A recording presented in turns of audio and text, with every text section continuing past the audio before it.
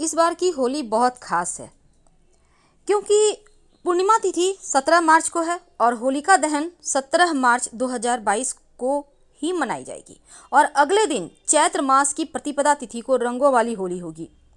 लेकिन होलिका दहन की पूजा के लिए आपको समय मिल रहा है 17 मार्च को दोपहर 1:29 से पूर्णिमा तिथि लग जाएगी और 18 मार्च दोपहर 12:47 तक रहेगी और होलिका दहन का शुभ मुहूर्त 17 मार्च को रात 9:20 से रात 10:31 तक है। यानी होलिका दहन के लिए करीब 1 घंटा 10 मिनट का आपको समय मिलेगा और होलिका दहन का मुहूर्त किसी त्योहार के मुहूर्त से भी ज़्यादा महत्वपूर्ण है, इसलिए इस समय को आपको जाया नहीं करना है। तो होलिका दहन चूंकि पूर्णिमा तिथि में प्रदोष काल के दौरान होता है और भद्रा ना हो, प्रदोष व्यापिनी पूर्णिमा तिथि हो, होलिका दहन के लिए सर्वोच्च माना जाता है। वैसे तो भद्रा मुख में होलिका दहन बिल्कुल भी नहीं करना चाहिए और होलाष्टक तो 10 मार्च से ही लग जाएगा। 17 मार्च को होलाष्टक समाप्त होगा। इस बीच आप शुभ मंगल कार्य नहीं करेंगे। तो होलिका दहन के दिन कुछ विशेष प्रयोग किए जाते हैं होली की राख के, क्योंकि इससे जीवन की नकारात्मक चीज़ें हट जाती हैं, खुशियाँ बढ़ती हैं, नकारात्मक शक्तियाँ नष्ट हो जाती है। आप सभी दर्शकों को होली की ढेर सारी शुभकामनाएं। फाल्गुन मास की शुक्ल पक्ष की पूर्णिमा को होलिका दहन किया जाता है और उसके अगले दिन रंगों का त्यौहार होली मनाया जाता है। होली का पर्व समानता का भाव, प्रेम, पुराने किसी बैर किसी के साथ है तो उसको मिटाकर भूलकर एक बार फिर से दोस्ती करने का दिन है। तो भावनात्मक रूप से हम एक दूसरे से जुड़ जाते हैं। शास्त्रों में होली की रात को सिद्धि की रात कहा गया है क्योंकि इस रात को महाशिवरात्रि, दीपावली, नवरात्र की तरह ही महारात्रि माना जाता है। ऐसी मान्यता है कि इन रातों में योग योगिनियाँ जागृत रहती हैं, इसीलिए साधना का फल भी क्विक मिलता है, तुरंत मिलता है। और होलिका दहन के बाद उसकी राख से अगर कुछ विशेष उपाय किए जाए तो जीवन में सुख शांति समृद्धि बढ़ जाती है। तो आज हम आपको होलिका की राख के अचूक प्रयोग बताएंगे जो आपके जीवन की हर परेशानी को दूर करेगा। देखिए, होलिका दहन की राख आप जरूर लाइए, हर किसी को लाना चाहिए। थोड़ा सा ये प्रसाद के रूप में लाइए और इसका फल आपको अद्भुत प्राप्त होगा। जब आप राख लाइएगा, आप अगले दिन सुबह भी ला सकते हैं। तो राख में थोड़ी सी राई यानी पीला वाला राई और नमक, सफ़ेद नमक, उसको मिलाकर एक साफ बर्तन में या किसी कांच के बयाम में अच्छे से रखें या खुले बर्तन में भी बाउल में रख सकते हैं। इससे क्या होगा ना, आपके घर की नकारात्मक ऊर्जाएं समाप्त हो जाएंगी और किसी भी तरह का तंत्र मंत्र का प्रकोप भी आप पर नहीं रहेगा। याद रखिएगा, सरसों और नमक मिलाकर रखना है। अब कई बार क्या होता है, आपके जन्म कुंडली के ग्रह इतने परेशान करते हैं कि आप बहुत ही ज़्यादा, आपको लगता है क्या करें, कैसे पूजा पाठ करें, कैसे ग्रहों को अपने अनुकूल करें, अब परेशान हैं। तब ऐसे में होलिका दहन के समय एक छोटा सा काम करें।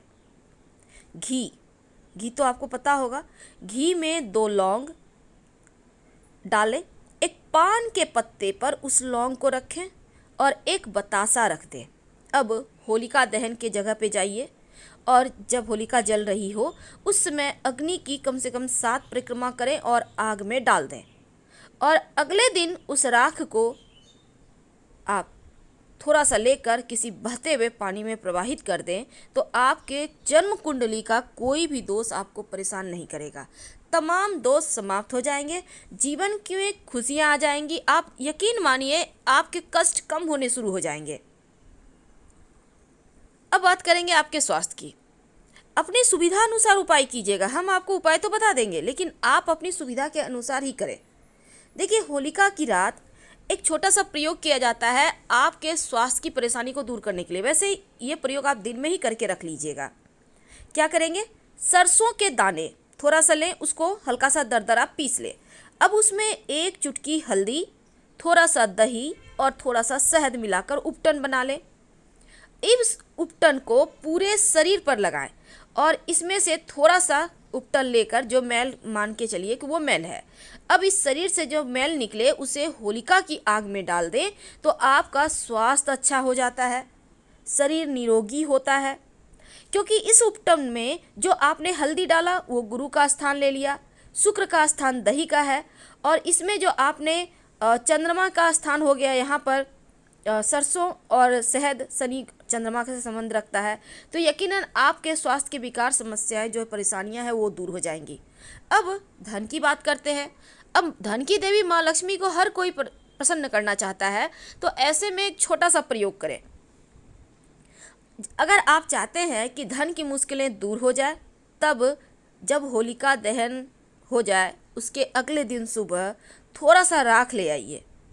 अब इस राख को थोड़े से जल में मिला लें, एक चुटकी राख मिला लें, एक नियम करना है, और इसको अपने पूरे घर में हल्का सा छिड़काव करें, घर के मुख्य दरवाजे पर छिड़काव करें।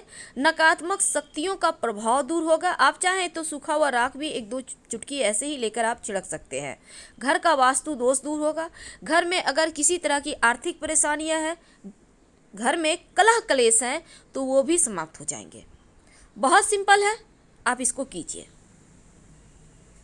अब कई बार क्या होता है, लोग अपने बनकर इतने चाशनी लगाते हैं कि आपके धन को वो धीरे धीरे ले जाते हैं, यानी आपको भावनात्मक रूप से फंसाकर आपसे पैसे ले लेते हैं। जब उनको आवश्यकता है, पता चल जाए सिर्फ आपके पास पैसे हैं, तो अक्सर अपने पराये दोस्त हर कोई आपसे ले लेगा, लेकिन जब आप मांगने जाइए तो बहाने हजार हैं। अब मान लेते हैं आपको पैसे नहीं मिल पा रहे हैं, लाख प्रयास के बाद भी आपके पैसे फंस गए हैं, क्या करेंगे?